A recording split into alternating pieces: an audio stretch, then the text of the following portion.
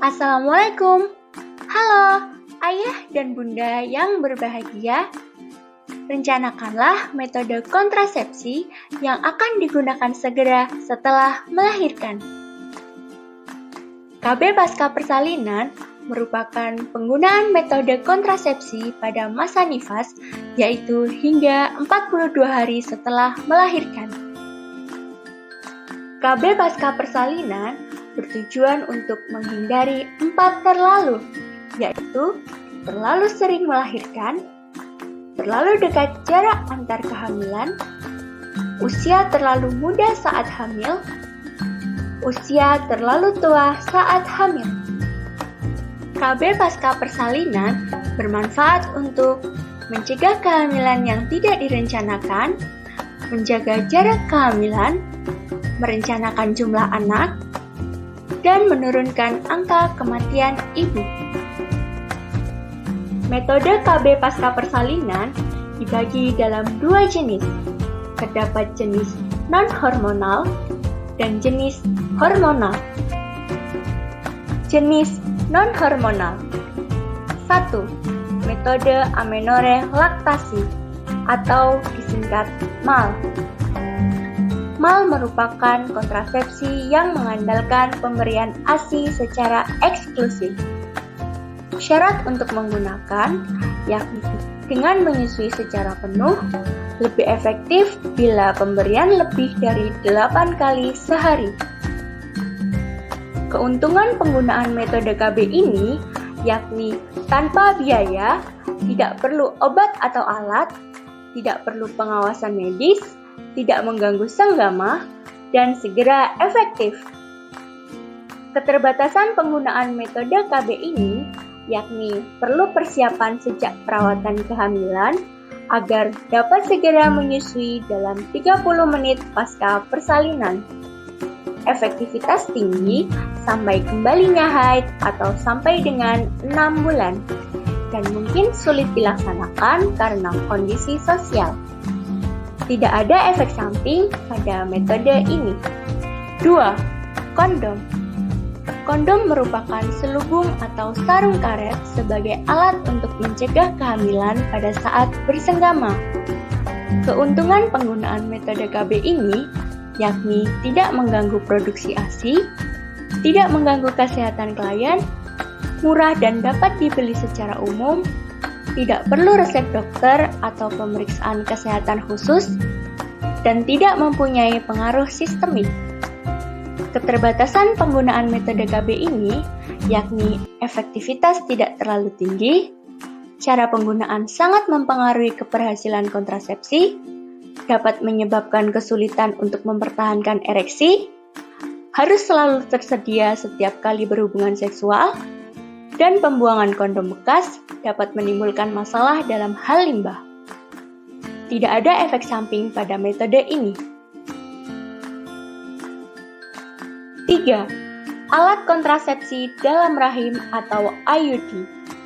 AKDR atau IUD merupakan alat kontrasepsi yang dipasang dalam rahim dengan menjepit kedua saluran yang menghasilkan indung telur sehingga tidak terjadi pembuahan. Terdiri dari bahan plastik polietilena, ada yang dililit oleh tembaga, dan ada yang tidak. Waktu pemasangan AKDR atau IUD pasca persalinan, yakni dipasang antara 10 menit sampai 48 jam pasca persalinan. Dipasang antara 4 minggu sampai 6 minggu atau 42 hari setelah melahirkan. Keuntungan penggunaan metode KB ini yakni efektivitas tinggi, dapat efektif segera setelah pemasangan, metode jangka panjang, tidak perlu mengingat-ingat, tidak mempengaruhi hubungan seksual, tidak mempengaruhi kualitas dan volume ASI, tidak ada interaksi dengan obat-obat, membantu mencegah kehamilan ektopik, dan sebagainya. Keterbatasan penggunaan metode KB ini yakni tidak mencegah infeksi menular seksual, klien tidak dapat melepas AKDR atau IUD sendiri, klien harus memeriksa posisi benang AKDR dari waktu ke waktu, Diperlukan prosedur medis termasuk pemeriksaan pelvis dan sebagainya. Efek samping metode ini yakni perubahan siklus haid lebih lama dan banyak, saat haid lebih sakit, perdarahan antar menstruasi, dan sebagainya.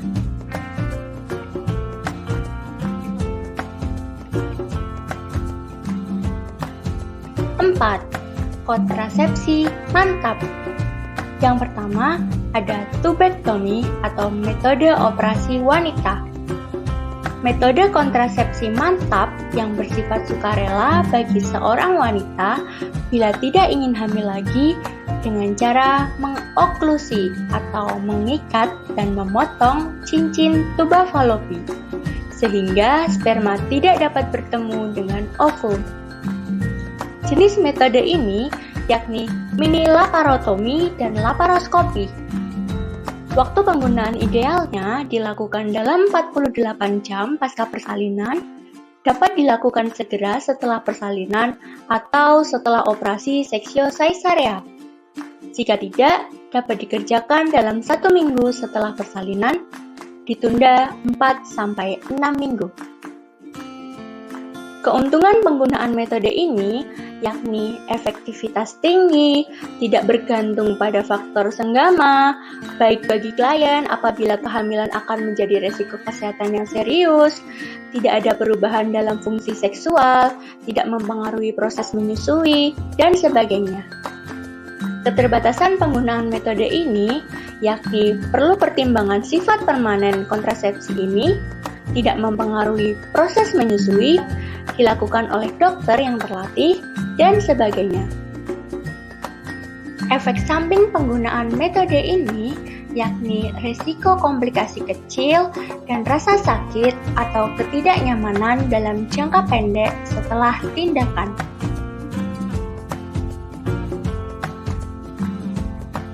Yang kedua adalah vasektomi atau metode operasi pria. Merupakan prosedur klinik untuk menghentikan kapasitas reproduksi pria dengan cara mengokulasi vas deferentia sehingga alur transportasi sperma terhambat dan proses fertilisasi tidak terjadi. Jenis vasektomi yakni insisi dan vasektomi tanpa pisau. Waktu vasektomi dapat dilakukan kapan saja. Keuntungan penggunaan metode ini yakni efektivitas tinggi, sangat aman, tidak ditemukan efek samping jangka panjang, dan sebagainya. Keterbatasan penggunaan metode ini yakni tidak efektif segera, komplikasi minor 5-10% seperti infeksi, perdarahan, nyeri pasca operasi, dan sebagainya.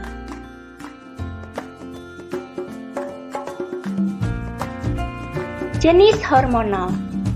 Jenis hormonal dibagi menjadi dua. Yang pertama, hormon progestin.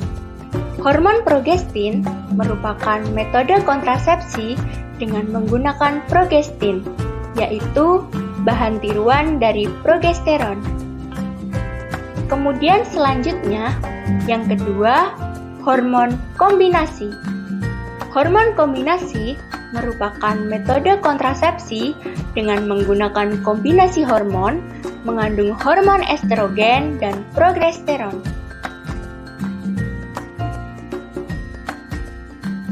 Macam-macam hormon progestin. Macam hormon progestin yakni yang pertama ada implan.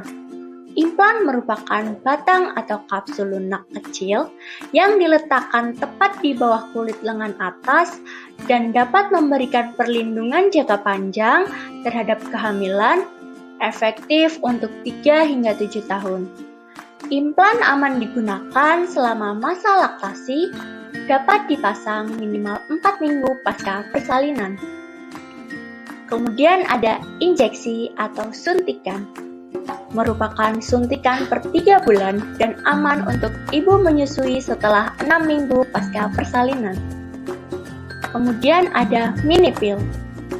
Mini pill dapat diberikan pada ibu menyusui 6 minggu pasca persalinan. Mini pill ini tidak disediakan oleh pemerintah. Macam-macam hormon kombinasi. Macam hormon kombinasi yakni yang pertama, pil. Direkomendasikan hanya untuk ibu tidak menyusui, yang aman digunakan setelah 3 minggu pasca persalinan. Keuntungan macam hormon kombinasi ini yakni kesuburan segera kembali setelah penggunaan pil dihentikan, mudah dihentikan setiap saat, mencegah kanker ovarium, dan lain sebagainya. Keterbatasan macam hormon kombinasi ini yakni membosankan karena harus menggunakannya setiap hari, mengurangi ASI, tidak mencegah infeksi menular seksual, dan lain sebagainya. Efek samping macam hormon kombinasi ini yakni mual terutama pada 3 bulan pertama, sakit kepala, nyeri payudara, berat badan sedikit naik, dan sebagainya. Ada injeksi atau suntikan. Waktu mulai menggunakan direkomendasikan hanya untuk ibu tidak menyusui, yang aman digunakan setelah 3 minggu pasca persalinan. Keuntungan macam hormon kombinasi ini yakni tidak berpengaruh pada hubungan suami istri, tidak diperlukan pemeriksaan dalam, risiko terhadap kesehatan kecil, dan sebagainya.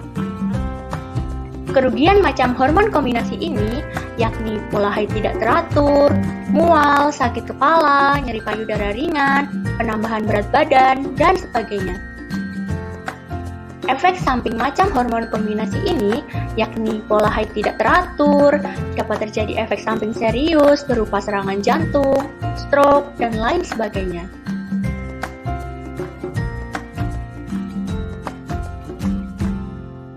Jadi, tidak perlu ada keraguan lagi bagi para bunda untuk ber-KB pasca persalinan, karena aman bagi bunda dan kelangsungan pemberian ASI, mendukung pemulihan kesehatan bunda, serta memberikan kesempatan yang lebih besar bagi bunda untuk mencurahkan kasih sayang dan perhatian kepada anak beserta suami.